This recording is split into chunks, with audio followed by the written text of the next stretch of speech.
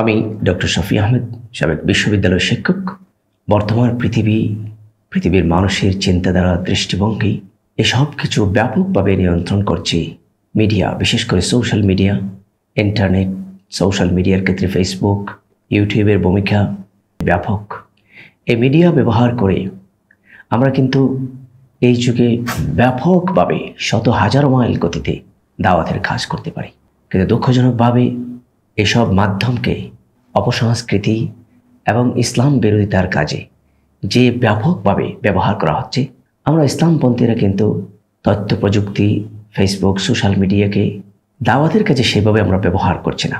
অথচ এই আমরাই সোশ্যাল মিডিয়ার পিছনে, ফেসবুকের পিছনে, ইউটিউবের পিছনে প্রতিদিন মুসলিমরা লক্ষ লক্ষ কোটি কোটি টাকা ব্যয় করছে ইন্টারনেট কেনার মাধ্যমে।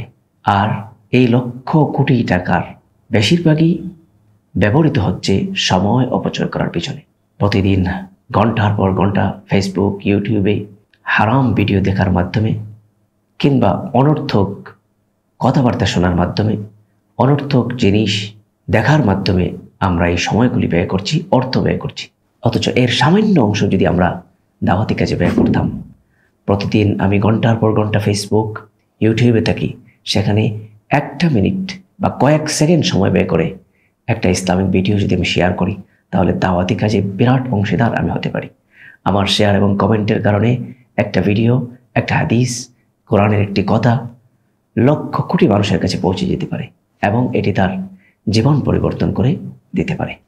আমরা এই উদ্দেশ্যে সামনে রেখেই আমার এই doctor Shafi Ahmad YouTube channel এবং doctor Shafi Ahmad Facebook page open করেছি। প্রতিদিন কত মিনিট আপনি ব্যয় করছেন?